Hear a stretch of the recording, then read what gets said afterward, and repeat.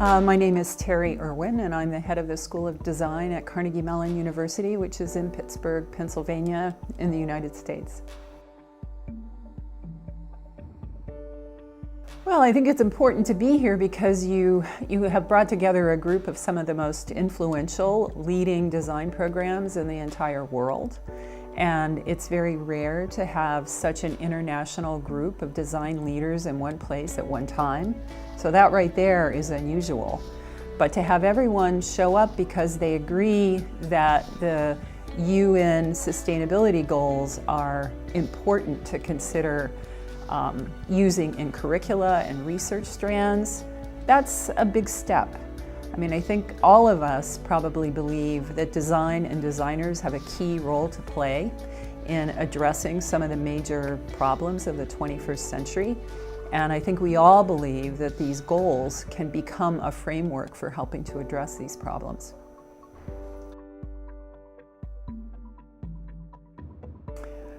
Well, what design should do regarding these goals is exactly what we're here to discuss. And I don't think that is an easy question to answer.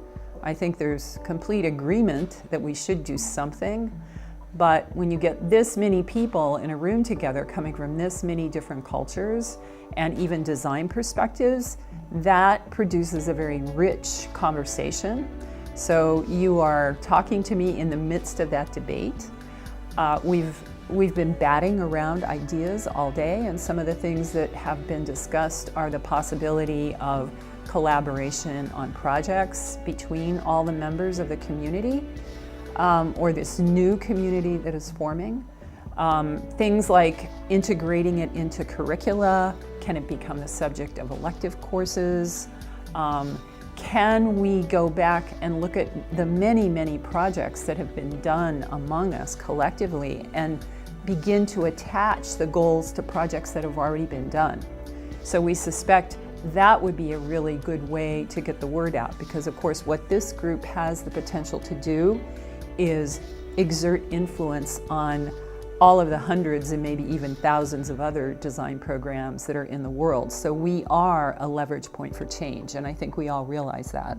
So the object, I think, with this gathering was to start a conversation and begin to answer that question, but I'd be surprised if we answer it all today. Well, I'm glad you asked that question, because I actually think it would be a mistake to pick one or two.